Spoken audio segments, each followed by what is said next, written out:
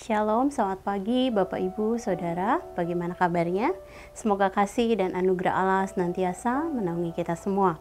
Pagi hari ini kita akan kembali merenungkan firman Tuhan dalam Efesus 6 ayat 10 sampai 20 dengan judul Perikop Perlengkapan Rohani. Saya akan bacakan bagian perikop firman Tuhan bagi kita semua. Demikian firman Tuhan. Akhirnya, hendaklah kamu kuat di dalam Tuhan, di dalam kekuatan kuasa-Nya. Kenakanlah seluruh perlengkapan senjata Allah, supaya kamu dapat bertahan melawan tipu muslihat iblis. Karena perjuangan kita bukanlah melawan darah dan daging, tetapi melawan pemerintah-pemerintah, melawan penguasa-penguasa, melawan penghulu-penghulu dunia yang gelap ini, melawan roh-roh jahat di udara. Sebab itu, ambillah seluruh perlengkapan senjata Allah supaya kamu dapat mengadakan perlawanan pada hari yang jahat itu dan tetap berdiri sesudah kamu menyelesaikan segala sesuatu. Jadi berdirilah tegap, berikat pinggangkan kebenaran dan berbaju jirahkan keadilan. Kakimu berkasutkan kerelaan untuk memberitakan Injil damai sejahtera. Dalam segala keadaan, pergunakanlah perisai iman, sebab dengan perisai itu kamu akan dapat memadamkan semua panah api dari si jahat. Dan terimalah ketopong keselamatan dan pedang roh, yaitu firman Allah, dalam segala doa dan permohonan. Berdoalah setiap waktu di dalam roh, dan berjaga-jagalah di dalam doamu itu dengan permohonan yang tak putus-putusnya untuk segala orang kudus. Juga untuk aku, supaya kepadaku, jika aku membuka mulutku, dikaruniakan perkataan yang benar, agar dengan keberanian aku memberitakan rahasia Injil yang kulayani sebagai utusan yang dipenjarakan. Berdoalah supaya dengan keberanian aku menyatakannya sebagaimana seharusnya aku berbicara. Bapak Ibu, dalam perikop ini Rasul Paulus mengingatkan peperangan rohani yang sedang dihadapi oleh orang Kristen. Peperangan tersebut adalah peperangan melawan tipu muslihat serta kuasa iblis yang berusaha menggoda dan menjauhkan orang Kristen dari Allah. Dan agar orang Kristen dapat menang atas peperangan tersebut, Rasul Paulus juga menasihati orang percaya agar menjadi prajurit Kristus yang sejati. Menjadi prajurit Kristus dapat berarti, yang pertama, Allah Tritunggal menjadi sumber kekuatan dan keberanian. Bapak Ibu, jika kita perhatikan pada ayat 10, Paulus menuliskan, akhirnya hendaklah kamu kuat di dalam Tuhan, di dalam kekuatan kuasa-Nya. Kata kuat dalam nasihat tersebut dapat dipahami secara pasif menjadi dikuatkan. Sehingga nasihat tersebut berarti bahwa setiap orang percaya setelah kebangkitan Kristus dikuatkan oleh Allah dan dapat sepenuhnya bergantung pada kuasa Allah. Kita dapat menerima kekuatan juga keberanian saat melayaninya, kekuatan dalam menanggung penderitaan sebagai pengikut Kristus, dan juga kekuatan serta keberanian dalam bertempur melawan tipu muslihat serta godaan iblis.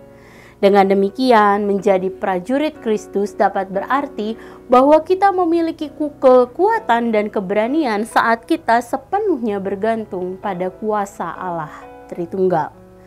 Lalu hal yang kedua dalam pengertian menjadi murid Kristus adalah bahwa Allah Tritunggal akan memperlengkapi dengan perlengkapan rohani.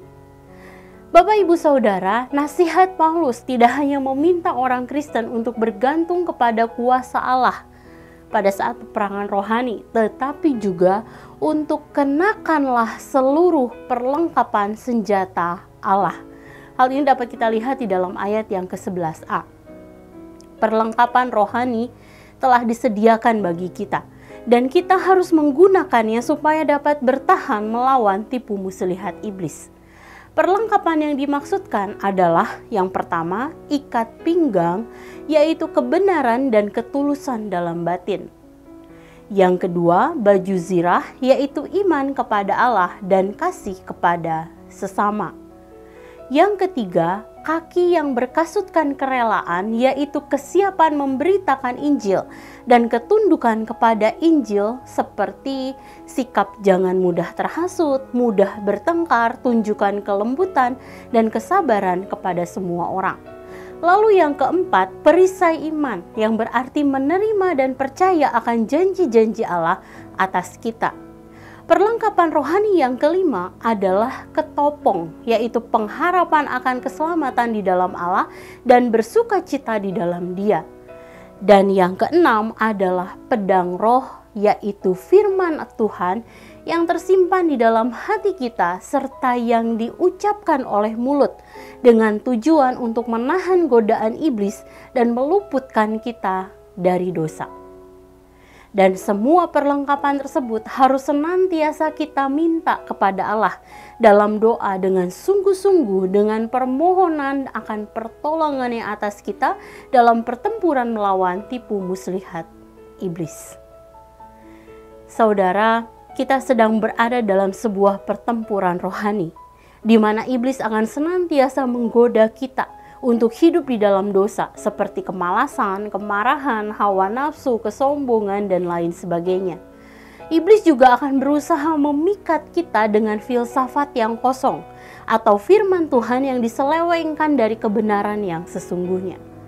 Namun meskipun demikian, ingatlah bahwa kita adalah prajurit Kristus yang memiliki Allah, yang menjadi sumber kekuatan dan keberanian serta memperlengkapi kita dengan segenap perlengkapan rohani. Dengan demikian, mari jadilah kuat di dalam Tuhan dan kekuatan kuasa-Nya. Saudara, mari sejenak kita merenungkan firman Tuhan yang baru saja kita dengar. Saudara, bagaimana cara kita menggunakan perlengkapan rohani yang Allah sediakan bagi kita? Mari tetap bergantung pada kuasa-Nya dan jadilah pemenang sejati.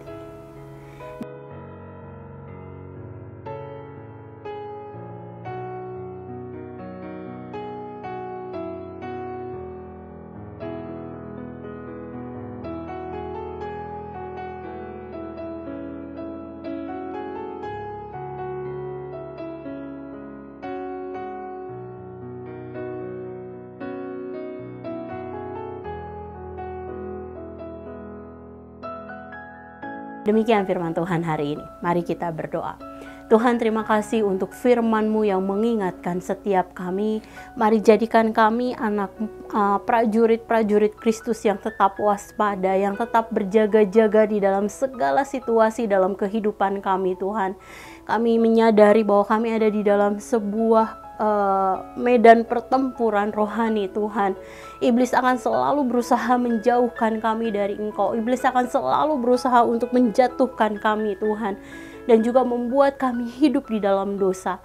Tapi mari dengan seluruh perlengkapan senjata rohani yang Kau berikan bagi kami, mari ajar kami, Tuhan, untuk kami menjadi pemenang yang sejati, untuk kami tetap bisa menolak setiap godaan, untuk kami tetap bisa membedakan mana firman yang sungguh-sungguh berasal dari Engkau dan mana yang bukan, Tuhan.